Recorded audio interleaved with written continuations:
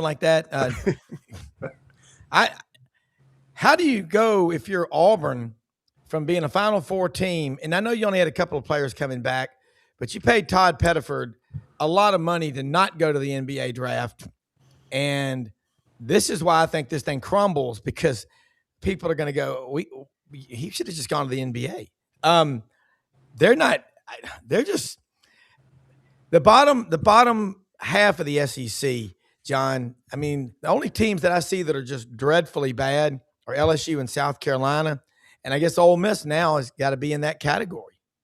Yeah, I mean, you look at the standings, and LSU and South Carolina both 2-11, but Oklahoma and Ole Miss 3-10. Right there behind them. And unless something drastic happens, I don't see any of those four getting in. But then you got to look at right above them, Mississippi State and Auburn, both 5-8. I mean, and most projections have them in right now, but there's still a lot of basketball left to play. Yeah. And I'd say this about Auburn, and this was, one of the questions that came up, not so much amongst the Auburn faithful, but about, from the folks in the college basketball world, when the timing of Bruce Pearl stepping down, Stephen getting the job, hey, he hasn't ever coached anywhere other than with his dad. He's never been a head coach. And as Matt talked about, when you have roster turnover, and there's a nucleus from that team that was on that Auburn team last year. But, man, chemistry is so important. And if you have zero experience as a head coach, the ability to build that chemistry, that just doesn't drop down out of the sky. That's developed over a period of time through and it's the trial by error. It's you learn that on the job. That's not something that just you go out to the mailbox and pick up a package of. Yeah, and I will say this, just watching from fan perspective, and you look at Stephen Pearl, the look on his face in that pitiful performance last night. I mean, look, give Josh Hubbard credit, but you got to fight back harder. And the one thing I can't stand is an LOE or an LOM, lack of effort or lack of motivation. And I think some of these kids, I think a lot of them, and one thing on this show we talked about, y'all know this, we don't hold back. I think most of them are doing this. They're over there looking at their mobile banking app. They don't give a damn like they used to. And I'm telling you, Matt, Dean, and John, and Brendan, and everybody listening, watching, there's a serious risk of losing that connection, that spiritual, temporal connection between the fans and the players that wear their schools' jerseys and colors. Because if we don't think that, we can't care more than they care. Matt, Dean. Let's also realize his dad was a legendary coach, probably a future Hall of Fame coach. You can't move over those 18 inches in that chair. John knows this. He's hired many quality basketball and football coaches without an adjustment period. I've done it. As a matter of fact, for just truth be told, I'm the interim head coach right now, guys. Crazy couple weeks for me, but this is coaching college basketball is been really hard. I've been blessed not to have been let go in my career, but I have an old saying too, and Coach Hilgeman, God rest his soul, when he told me about the business, he said, Matt, you got to be able to survive those years when it's not going well, because they got to like you. They got to like you across campus. The boosters got to like you. The thing about Bruce, man, was there a better media guy? Was there a better interview? And you talk about motivation, Rob. You go in the locker room these days, when you heard some of his past speeches, he got the most out of everyone on that roster. Yep. I think Stephen needs a chance, but it's really hard learning scenario in the SEC with your first head job. John knows this. I mean, it's just so difficult to manage players. And now it's harder because of all the budgetary constraints. And in basketball, if I'm paying you a lot of money, Rob, and you're not producing, and the other guys, maybe a first year's not getting as much money, there's resentment in that roster. And it's really, and I don't know what's going on at Ole Miss. I was kind of cut off earlier by my own doing, but I got to believe right now that's the hardest situation Beard's ever been in professionally, with some of the, just the recent play. I mean, I know they competed last night, but they should be better.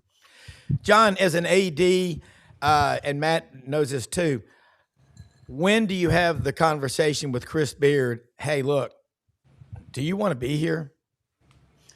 Yeah, I would think Keith Carter would have already had that conversation. I'm sure he probably has. I mean, again, an 8-game skid with a very talented roster is, something that's alarming, and I'm sure it's alarming to their fan base. And I can tell you this, with the success that they had in football and following that up with this in basketball, I think it just magnifies it that much further.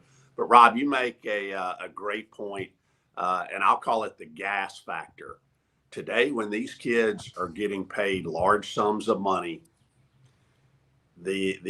I'll keep it PG, the give a shoot factor. Hey, they're getting paid. That check's coming every week or every month, regardless they win, lose, in between. And when you go on a losing streak like that, or have some adversity hit, it takes a special coach and somebody who can really motivate them to turn that thing around. So it'll be interesting to see how it plays out the rest of the season in Oxford. Yeah, somebody took a picture at the Florida-South Carolina basketball game at the O-Dome Tuesday night, and there's Chris Doring, walk-on, P.K. Young, high school in Gainesville, Danny Warfel, Fort Walton Beach High School, son of an Air Force colonel, chaplain, and Steve Spurrier and his wife, Jerry Spurrier. There you go. Now that is alignment, okay? And I've been listening to John Summerall, and, we got to get him on it, but he was a great one on Chuck Oliver's show Monday.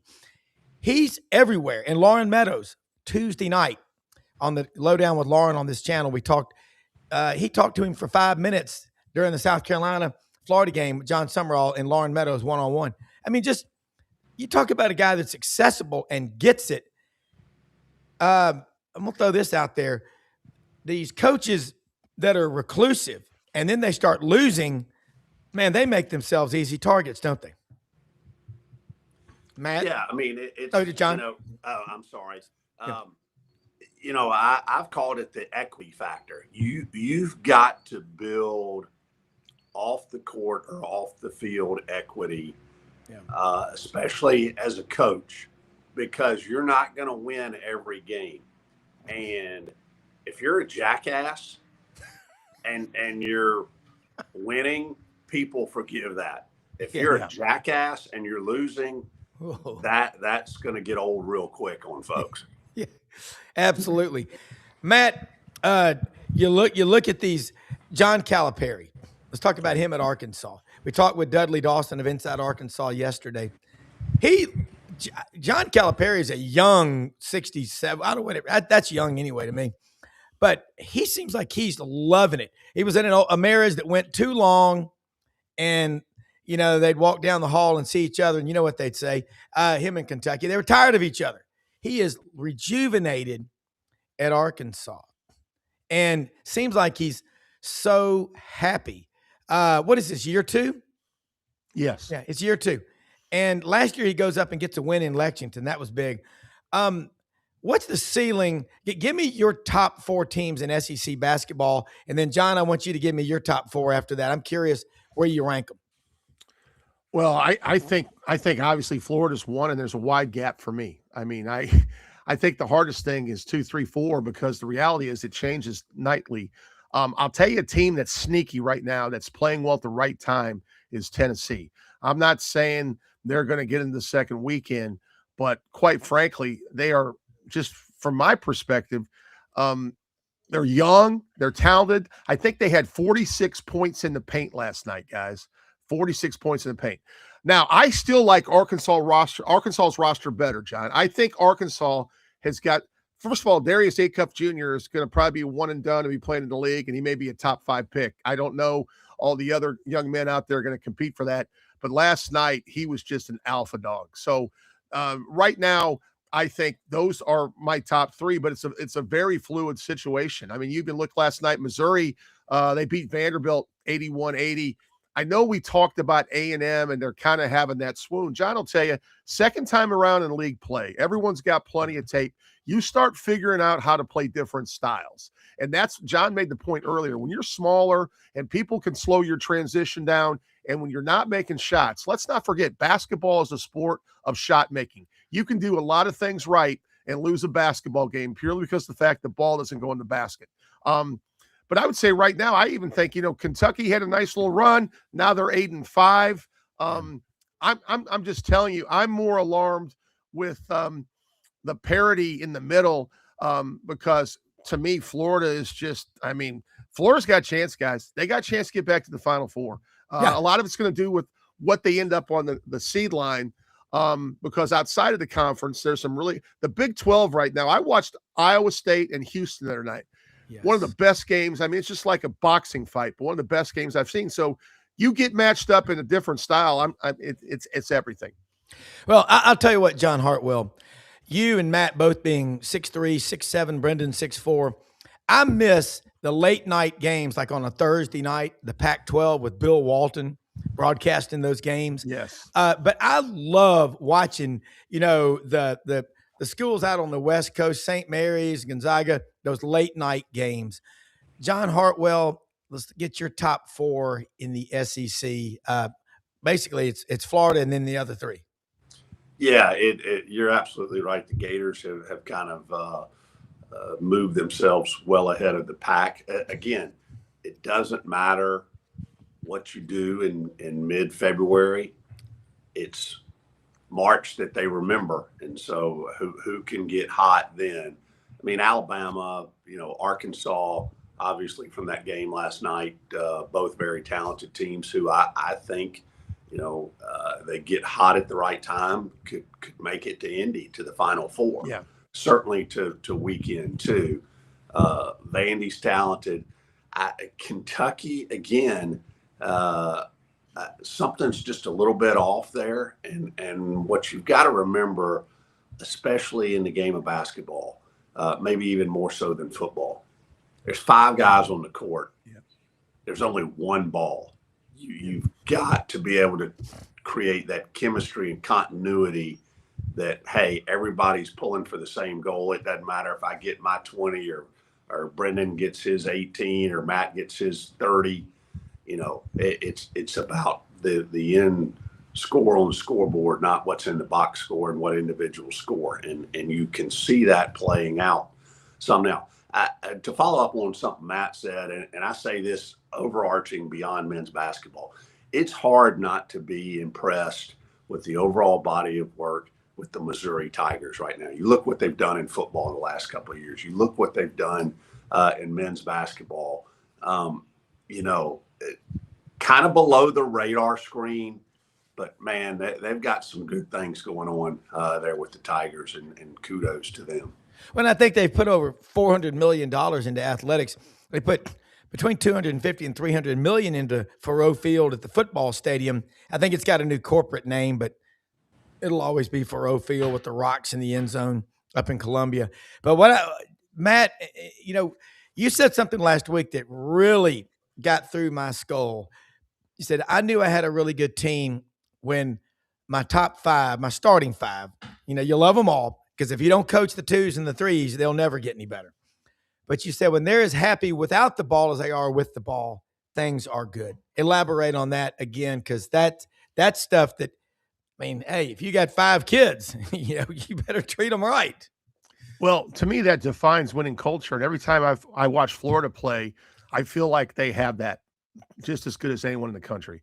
I've always had an elite defender on the floor that would do all the hard things, bring the lunch pail to work, and was going to get over every ball screen, was going to help some certain situations double the post, and didn't need the ball to be happy. Now, conversely, I always tried to hide my best offensive player. I wanted to make sure that all their juice was on the offensive end of the floor, if that makes sense. Okay. So I'm going to give that person, in my case, it's more of a perimeter player, but I'm going to give them the least offensive assignment defensively, so they can not necessarily going to relax on defense. I want them the freedom to kind of float a little bit and help off, and maybe we can get some steals and get them going in transition. Because when you look at a game, I've always felt like the points off of turnovers is just a huge stat. If we can win the turnover margin, if we can get easy points off of turnovers, because when you get to the last 4 or 5 minutes of the game, and I would be remiss without mentioning Alabama. I should have mentioned them in my top 3 or 4, because I thought just their effort level last night, they averaged 13 threes made a game. And they won that game last night. I think they hit 10, if I'm not mistaken. But I think the young man Mallet will hit a big one in the corner to make it a 2-possession game with under a minute to go in double OT. But I just think, guys, watching Florida play, they share the ball.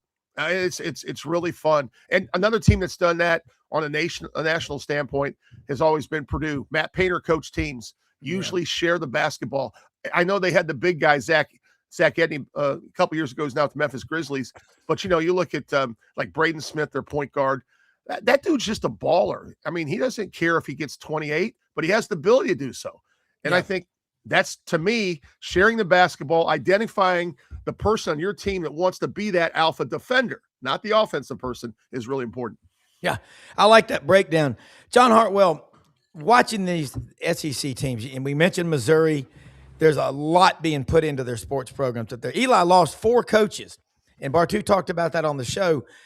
What's going on at Missouri? Why were you losing a coach? I think they lost a coach to a group of 5 school. New Mexico. Something's going on out in New Mexico, by the way, with their football program. Now, you've been to Las Cruces. The University of New Mexico is in Las Cruces, correct? Albuquerque. Albuquerque. Las Cruces is New Mexico State. That's right, Las Cruces. I knew Albuquerque, or as JW calls it, Albuquerque. But there's something going on there. And, we think about Jerry Kill left New Mexico State and brought his culture to Vanderbilt. Culture's everything. Gary Harris is going to join us in a second from Tuscaloosa. And we're going to get into the second half, a little more. We're going to talk some quick basketball and then more football about the new reality for the SEC. John, as an athletic director, fans out there, I was watching on SEC Network that deal about the Kentucky LSU basketball game. The miracle, they call it, when LSU was up by 31, Kentucky came back and won. And then LSU won on the last second play in 0-2, the heave from Jamarcus Russell out of Williamson High School in Mobile, near beautiful Ladd Stadium. But golly, I'm sitting here thinking the new reality for the SEC, if you're not adapting, and I love Dabo Swinney, but he's waited a long time, and this year he signed 9 players in the portal. Does an athletic director need to step in and say, look, I know you played for 4 national championships in the last decade and won 2 of them, but there's only so much of looking out the rearview mirror we can take. Hey, it doesn't just apply in college athletics, but adapt or die. Things. The only thing constant is change, and you better be able to adapt. In today's world of NIL and the portal, and as much as some of us purists hate to see it, the days of Johnny coming as a try-hard walk-on and to ABCU and working his way up the depth chart and finding playing time a little bit as a freshman and then as a sophomore and blowing up and becoming an all-league player. Those are few and far between, if at all, in existence anymore. It's hey, if you get on the radar screen, there's going to be a bidding war on an annual basis. There's no true 4-year contracts. It's free agency every 9 months, and if you can't adjust or adapt to that, it's probably time to get out. Like it, don't like it, whatever. That's what we're in today.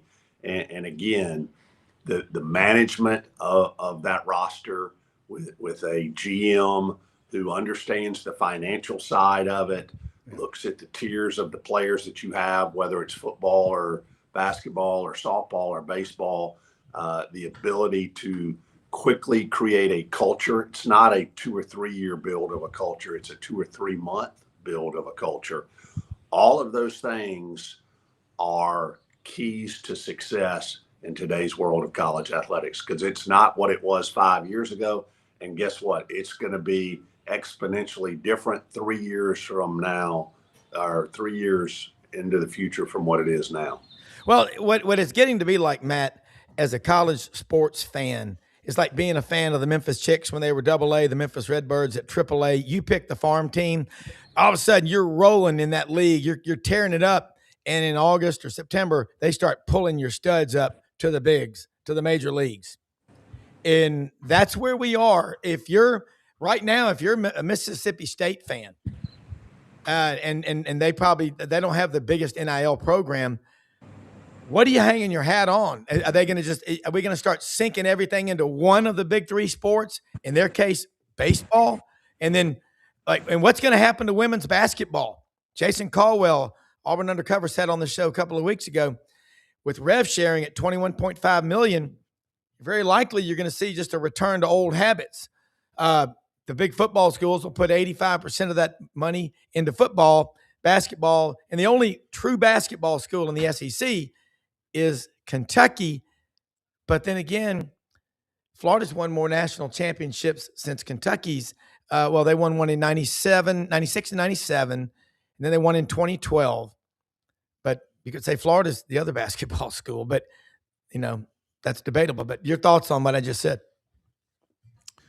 So if I was magically SEC head coach, which I have no desire to be, nor does anyone have a desire to have me. It's too easy. It's too easy. No pressure. But I think this goes back to Coach Brady we had on a few weeks ago. I would look at the better teams and I would kind of study. We don't know what everyone's getting paid, but I would study kind of like the roster management in terms of the rankings of some of the people they brought in. Not everyone, and John knows this, not every coach develops at the same clip. There are coaches throughout the career, highly successful, that we know that have always been blessed with 4 and 5 stars, right? I've always been a person, because I've been at an NCAA Division III institution, I don't have any stars.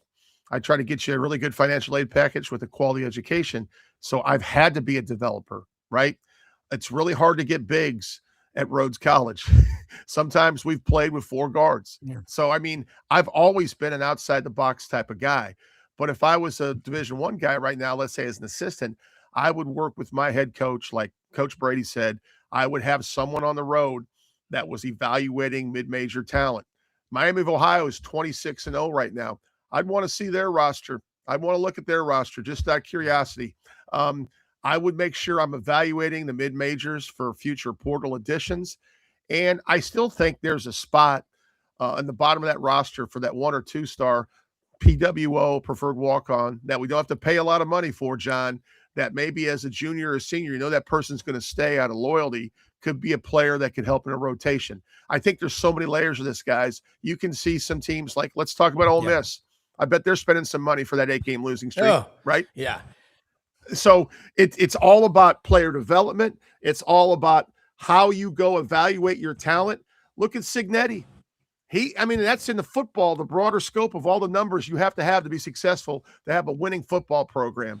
That dude gets it. He evaluates spot on to his system, and he has a lot of confidence in those guys, and they stay with him. Retention matters too. If you're losing your players year to year, you're not going to be as good. Continuity is important in the game of basketball. Yeah, Pete Cordelli said on there that Kurt Signetti does not sign a player at Indiana that he has not personally gone and watched. Yep. So that stuff matters. You know what else matters is, this is one of my favorites, Gary Harris, WVUA Channel 23 in Tuscaloosa, boots on the ground. By the way, John Brady was going to come on with us this morning, but he had to go to the bone doctor and get his knee looked at. I guess jumping up and down on all those LSU broadcasts get to you after a while. But Gary, were you at Coleman Coliseum last night for one of the most exciting games?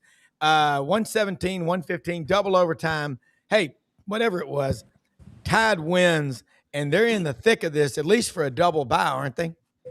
Yeah, they are. And I wasn't there. When it's a 6:00 game, we got newscast. So it's 6:00 game, weeknight games are tough for me to go to. So yeah. I was not able to attend it in person, but great win for Alabama. Yeah, they're definitely in contention for, the double bye at the SEC tournament, which is, advantageous to say the least.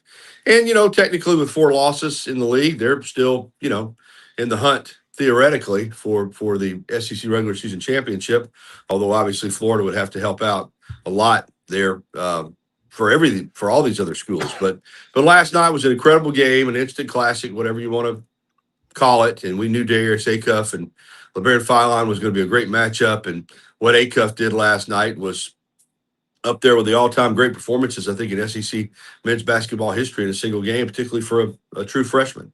And he was phenomenal. And but Alabama was able to come back from, I think, 16 down. And then I thought should have won it in regulation and didn't. They kind of let Arkansas back in the game down the stretch after they went back up by, I think, 7.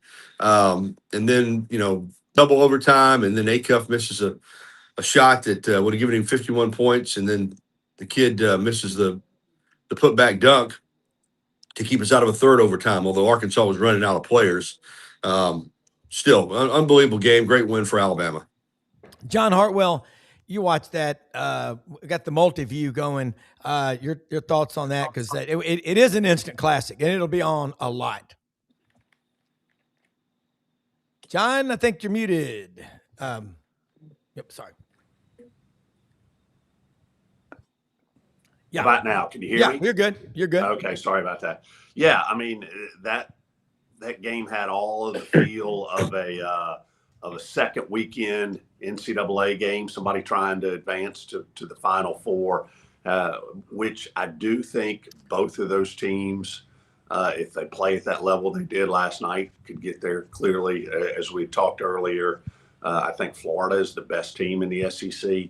But I would say in that next tier right there, Alabama and Arkansas are certainly at the top of that next tier of teams. And, wow, a putback dunk. I did watch the end of that second overtime period. And, man, he missed it from point blank range. But, hey, sometimes over the course of a season, you got to have the ball bounce your way sometimes. And that clearly happened for the Crimson Tide last night. Yeah. Gary, and that – Nate Oates, to weather the storm he's had to deal with, bringing Charles Bediako back, and honestly, what school wouldn't do it if they had that opportunity? I mean, you said the thing that kind of changed my mind. You talk about those European players, so that's a damn good job of coaching to keep everybody together on this team. Before we switch to some football talk, do you think that this Alabama who is the leader in your opinion? The one guy that's got to play well every night or just not fall apart for Alabama to go anywhere? Well, leader and who needs to fall apart are probably two different questions. That's the thing about this team. I don't know that I can say that there's one leader. I think Philon's trying to embrace that role, and it'd be easy to say he's the guy that needs to play well. But I think Sherrell is a guy that, particularly with Bediako not available, Sherrell last night had an incredible game. And, you look at him, he's 6'10", he weighs about 250 pounds. I mean, he's a physical specimen. He can shoot the three-point shot. He was active on the backboard last night. He got some dunks. He's a guy that I don't know that he has to play well for them to win because of all the perimeter play that they have and how much they shoot it outside. But when he plays well, they're a different team. I think he gives them some, inside presence that they really don't have from anybody else. I mean, Allen can get to the rim, but as far as a guy that if they want to play 4 out and 1 in instead of just playing 5 out and surrounding the 3-point line, Sherrell gives you a post presence with that kind of size and athleticism. I mean, I've been thinking all year that his physical makeup and characteristics outweigh his production. You know what I'm saying? Yeah. I think he should be more productive with that type of body and that type of athleticism. And last night he was able to do that. I mean, I thought he had a fantastic game. But one thing about Alabama, you saw it last night, and we've seen it all year. They're not a great defensive team, and again, it's hard to play great defense. I think when you play the way they do offensively, but when you play a team, and Arkansas has become that team under Cal, you got to give Cal credit because remember they were ready to run him out of Kentucky because he was scoring in the 60s. He can't play the amount of they're playing up and down, but when you play another team that can score offensively, that's the kind of games you're going to get. I mean, it's just hard for Alabama to slow teams down, and so they won last night, but you do worry about. Can they get enough stops against other high-powered offensive teams? And obviously, we've seen them struggle against teams that have, a lot of big front court players. That's why I wanted to bring Bediako in. So I think Alabama's a fun team. They're an exciting team. They're capable of beating a lot of people, but they're also capable of getting beat. So I still think this team, I don't see them going past the round of 16. I mean, I just don't. But again, they get hot and they could get on a run. But I think this is probably a Sweet 16 type team. Yeah.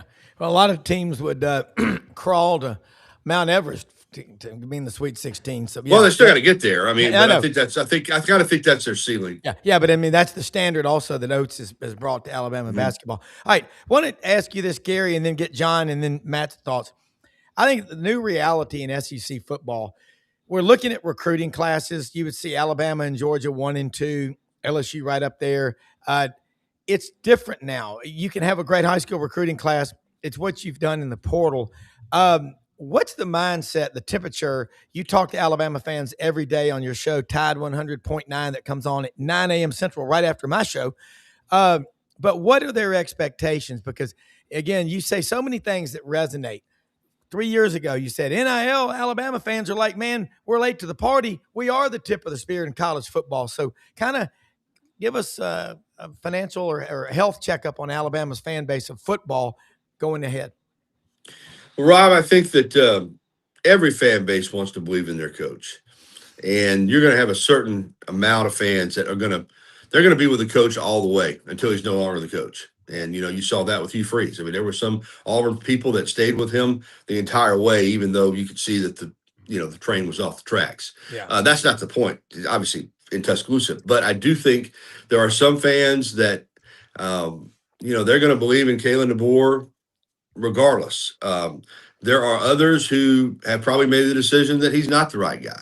So that means most of your fans, let's say you got 15% of the fans that are going to, be in his corner regardless, 15% of the fans that are saying he's not going to get it done. That leaves about 70% of the fans kind of in the middle. And what I mean by that is I do think, as I've said before on this show, last year was a good season. I mean, you can't say it wasn't a good season. I mean, they went 10-2 in the regular season. They beat Georgia in Athens. They went to the SEC championship game. Even though they got throttled, they made it there. They made it into the college football playoff. They avenged the loss against Oklahoma they had in the regular season and did it on the road. So they won a playoff game. And then they got to Pasadena and got cooked. So, but they did, they did some good things during the year. I think the losses, 3 of the 4 losses that they had were, the opening loss to Florida State, the loss in the SEC championship game, and the loss in the Rose Bowl were just they got whipped. I mean, they got handled. The loss at home to Oklahoma is a game they probably should have won. I think most fans are, waiting to see what this season holds. I think there's a lot of uncertainty. I mean, I think that the offensive line has to be rebuilt. You got a new offensive line coach coming in, going to have a new quarterback. This is the first time since Kalen DeBoer has been here that all 4 scholarship quarterbacks are guys he signed, including Austin Mack, who they signed at Washington. He inherited Milroe. He inherited Simpson, who had to win the job, and everybody felt like he'd be the starter. So he's got his own quarterbacks here. He's tweaked the staff a little bit. So we'll see. I think most of the Alabama fan base, the temperature is just we'll see. Those first 5 games, they should be able to win those first 5 games. I mean, they really should. If they don't win those first 5 games, I think that's a really ominous sign that this season is not going to be what they want. So if you're 5-0, that gets it down to 7-game season, and we'll see what they can do. We'll see is kind of the biggest approach the fans are taking. I think they're optimistic. At the same time, they're very cautious because they look at this league, and I think you can make a case that there are, and we'll see this in the preseason predictions. I think you can make a case that there are several teams that are ahead of Alabama going into the 2026 season. Matt Dean. It's interesting because with Lane going to LSU, you mentioned the portal, Rob. He's kind of like the portal king. So I'm real curious this year. Gary's spot on. I mean, how many teams would love to be in Alabama's shoes? You get to the SEC championship game, you win a college football playoff game, and quite frankly, now Kalen gets a chance to develop that quarterback room with some guys he handpicked. I will say this for firsthand experience, just because I followed Washington when he was at the Pac-12, Pac-10, whatever it was, and Pac-12, and Pac-2 now. But honestly, you look at what he did with Michael Penix Jr. I mean, he helped Michael make a lot of money. Now, that's not turning out the way we had hoped in Atlanta if you're a Falcon fan. But the reality of the situation is, I think he's a great offensive mind. I look at the league right now, and to me, guys, and Gary, you know this better than anyone, it's kind of scheduling. Last year, you can make an argument to say Texas A&M, even though they had tremendous win, early on at Notre Dame, they had a pretty favorable schedule, a pretty favorable path. And sometimes getting to the CFP, because we're still at 12, right? We didn't go to 16, which I don't understand why that didn't happen. Eliminate all the buys. That makes no sense to me. But I just think you got to look at the schedule. I think Arch is going to be a little more comfortable in shoes. I think Texas and Sark will make a really strong run. I'm real curious to see some of the new coaches in the league. I want to see how Golish does with your Tigers, Rob. I don't think they're that far away. But talking about portal additions, Sark getting Cam Coleman from Auburn to go to Texas with Arch, that's a pretty good addition. And I'm really curious to watch Coach Summerall at Florida, because I think he's a leader of men, and I think that's sometimes lost in the equation. You can make changes quickly in a football program when you improve the locker room, and he'll do that from day one. John Hartwell, same question before we go back to Gary. Kind of along, I like what Matt said. Hard to disagree. Yeah, here's the thing from a fan base perspective. I think you've got to manage expectations, and I think every fan base, whether you're Alabama, LSU, Oklahoma, USC, Ohio State, with where we are today and the parity that's been brought about by rev share, NIL, transfer portal, the expectations of, hey, every year we're going to win 12 games and our final regular season game is going to be to play for an opportunity to play in a conference championship game, and anything short of a national championship game is going to be a failure. There's got to be a mindset adjustment of every fan base along those lines. I know that's easier said than done, but that's a key to that. I had an interesting conversation this past week with an AD talking about names on jerseys, and kind of the conversation started, hey, when you go watch a track and field meet, or you go watch soccer at most places, are there names on the backs of jerseys? And they said no. He said, you know what, in today's world of a turnover of rosters, he said, I'm going to have heart-to-heart conversations with our revenue generating sports, whether it's football or basketball, about, I really want to eliminate the names on the jerseys on the back of every sport that we play. And which is kind of ironic, because everybody's talking about now they're going to have patches, what I'll call NASCAR patches on the jerseys with advertisements, which those advertisements are helping pay for the names on the backs of the jerseys. But I do think that's a pretty interesting concept about, hey, how in this changing era of college athletics do you get everybody bought in, whether it's the team members, the students, the fan base? It's all got to be for Alabama or Ole Miss or LSU or Florida, not about Smith or Jones or Edwards or whoever on the back of the jersey. And that's a really good point. It'll be interesting to see if that gains any traction. I love that, Gary Harris. And, I remember Pat Dye, first thing he did at Auburn, take the names off the jerseys. He said, it's about Auburn. And Auburn, that's an R in there somewhere. But, Gary, this is where we are. I got a lot of Alabama friends. Like I said, Mallory, our oldest daughter, Alabama grad, she was there. She graduated May of 11, was supposed to, they pushed it to August because of the tornado. But I've always followed that program. The Alabama fans, the reactions of them when y'all went down 17-0 out in Norman during the playoff, we were over at the hunting club.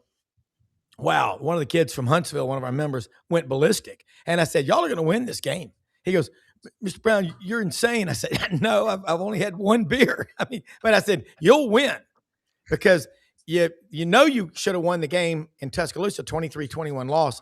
There's just a mentality at Alabama. Once your mind expands from here up to here, it never goes back to being the same. But Ellis Johnson, I want your thoughts on this, said there were two kinds of players we got at Alabama. Those that we signed that wanted to live off of the expectations. I'm at Alabama, get out of my way. And there were players that wanted to, fulfill our expectations we had of them. Is that the same kind of kids you got there now from what you see? I think it's changed, and I think Ellis is 100% right. He lived it. He coached them. I think there was a time when that Alabama name drew people, and some just wanted to be a part of it. Like you said, and then there were others who were like, "Man, I want to add to this legacy." Now I think that there are a lot of, and this is true for all schools, other blue blood programs as well, that I still think there's a number of players that you have on your roster who are sold on the idea of playing for Alabama. I mean, I'm going to play for Alabama. I'm going to have a legacy at Alabama. I'm going to help Alabama win championships. People will remember my name 20 years from now when I'm gone from Alabama. But I think most players now are motivated. Most at every program are motivated by different things than motivated players 20, 30, 40 years ago, even 10 years ago. And I don't think that brands mean as much anymore. I think the players look at their personal brand. I mean, I think we've lost some of that as far as what the are of these programs. And again, this is not a knock at Indiana, Kurt Signetti, but we've talked about this on the show. He couldn't have done that 10 years ago. He could have taken over Indiana, and within 2 years, really in his first year, he had him in the playoff, and in 2 years won a national championship. You couldn't do it because of what we're talking about. The way you had to build programs was so completely different. But now players come in, and even if it's a Alabama or a Notre Dame or a Michigan or Ohio State, if once they get to that program, it doesn't fit the criteria that they have in their mind or their handlers' minds or their parents' minds, they're going to look to move on. They're going to look to go somewhere where their brand is. So what John was talking about with taking the names off the back of the jerseys, I think it's very symbolic. I think that's a cool idea, but I don't think it's going to matter to these kids. What? You don't have a name on the back of my jersey? I mean, that's going to make me play harder for your school because I just don't think the young men and women that are coming out now look at it even close to the way they looked at it 10, 15, 20, 30, 40 years ago. Now, that means there aren't some that do, but I just think it's a whole different era. So all these traditional values that we've attached to athletic programs and teams and coaches, to my way of thinking, are pretty much out the window. Yeah, I think so. I mean, and I'm all about history, traditions, and heroes, but I'm not about being stupid, hard-headed, and losing. It's just, you got to figure it out. We had Butch Thompson, Auburn's baseball coach, the venerable Butch Thompson. He said, I couldn't believe this. He said, I had to wait 23 years. I worked 23 years to get a head coaching opportunity. And I said, Coach, I remember it well. October 2015, I was on the trading floor at Duncan Williams, our investment banking firm in Memphis. Ben Clanton, friend of mine on the floor, goes, Brown, I just got off the phone. He's a Mississippi State fanatic. Goes, y'all just hired Butch Thompson. I said, he's coming back. He goes, y'all are going to win big. He said, awesome. I mean, there's just certain people that understand it. But I like Gary's right. John, that's a cool conversation. And if we could ever get that AD on the show, I think that'd be an interesting thing to take because, wow, this panel right here, today's word, redneck word of the day is mayonnaise. Mayonnaise, a lot of smart people and knowledge coming out of all y'all. And Ellis Johnson, Brendan calls him Tom Cruise, by the way. I mentioned that to him on my show. He I don't think he necessarily likes it. He's a badass. I mean, he is. He's just cool hand Luke, and he sends me a lot of cool text on this thread with Pete Cordelli and Dave Bartu. He's just cool. I mean, and Matt, what he just said about team, what makes us fans is like, wow, it's like you give someone a referral on a restaurant and they go there and they go, oh my God, there's the greatest meal I ever had. Oh, wow, on and on. And, or, go to our school, go to a game and check it out. It's so great. And they go and they're like, man, I can't believe you pulled for this school. This place was Amityville horror. I'm all about the school first. Ain't none of them bigger than Alabama. And by the way, I know Barrett Jones, for example. Remember him? Great offensive lineman, Gary, that won 3 national championships. Oh, yeah, of course. He's there in Memphis. One of the nicest, and he's just from a great family. Walker and the family went to ECS. Man, you talk about now, and he works his tail off in what he does, but it certainly doesn't hurt to go in and 3 of your 5 fingers have national championship rings on them. Matt Dean. I felt like Mort Kondraki on that old TV show. Matt Dean. Another pillar in this, guys, that I think sometimes not discussed is you bring a player into your program, let's say, has success early on, okay? Retention now matters, and that means that player's probably getting a pay raise. And John, I don't know, when you were at Monroe, I'm sure the budget was not always in that situation. If your player had success, they were probably going to go to an SEC, a Big 10 or a Big 12 situation. And the school, good young talent, and have identified that. I think just that whole roster management plan is incredible. It's an NFL model, and I think that's why we saw early on when this guy came out, guys, we had some really iconic men's basketball coaches that stepped away. They wanted no part of it. Jay Wright was a young guy at 60 with 2 national championships. Yeah. He's phenomenal in television. Bruce Pearl just got out. He's great in television as well. But I just think the retention factor we sometimes miss out on. If you can retain those kids, which means usually have a pay raise, you have a greater chance for continuity. Yeah. Yeah. Hey, I'm gonna bow out in a minute, but let me say one thing, Rob. Getting back about the fans, I think the hardest thing the fans are grasping with, because now they're seeing it more vividly than they used to, is fans want to believe the players are as invested. The coaches always say, well, nobody takes it harder than the players. But I think today's player wants to win. There's no doubt about it. You add value by winning. But, fans, when their team loses a game, they're distraught. They're distraught. I saw some Arkansas fans out on social media last night, acting foolish, to be honest with you, Yeah, to put it mildly. But players, I think it hurts fans sometimes because players move on quickly. First of all, they're part of it. So it's, they're living it, but they don't, they want to win, but I don't think their life ends when they lose a big game. And I think some fans want to believe that the players hurt just as much as they do. And I think it's different for a player. And now because of the media access and the NIL, players are able to express the fact that, toward the end of a season, if it's not, for a lot of these players, if it's not going their way, they check out and they're already looking for the next opportunity. And fans really struggle with that because fans never check out. So I got to go, guys. Gary, thank you so much. Appreciate it. And love it. Gary. And I am totally with him. I'll tell you right now, Cam Coleman going to Texas, who cares? I could care less. I'm glad. What did Auburn have? 30-something guys hit the portal. Good riddance. They were part of a losing culture. I'm sorry. My mentality is like that of a stock trader, a money manager, hedge fund. I've been doing it 35 years. If a stock, I don't have anything personal, love or hate of a stock. If it's making money for the portfolio, great. If it's not, you sell it. Those players were 5-7 back. Auburn's been in 5 years in a row of losing seasons. So really, the more guys you can get rid of in that culture, the better. I'm being totally honest. And I love what John Summerall said. If you don't like being, coached and challenged every day, you're probably going to hate playing for me. But if you want to be challenged and pushed and coached up, you're going to love playing for me. John Hartwell, you know him. We got about a minute. By the way, executive producer Brendan Martin, best on the planet. And I want to say this, I got to get better at my Irish goodbyes, but most often we see the face of Christ in the least among us. Find ways, people, to go out and help people. This show, as we continue to build, we're going to find ways to help people and comment and share, like, and subscribe and let us know what's going on. But these are two of the smartest guys we got, as is Gary. I want to get that AD on and have that conversation about taking the names off. We're going to fix this, guys. We know we are.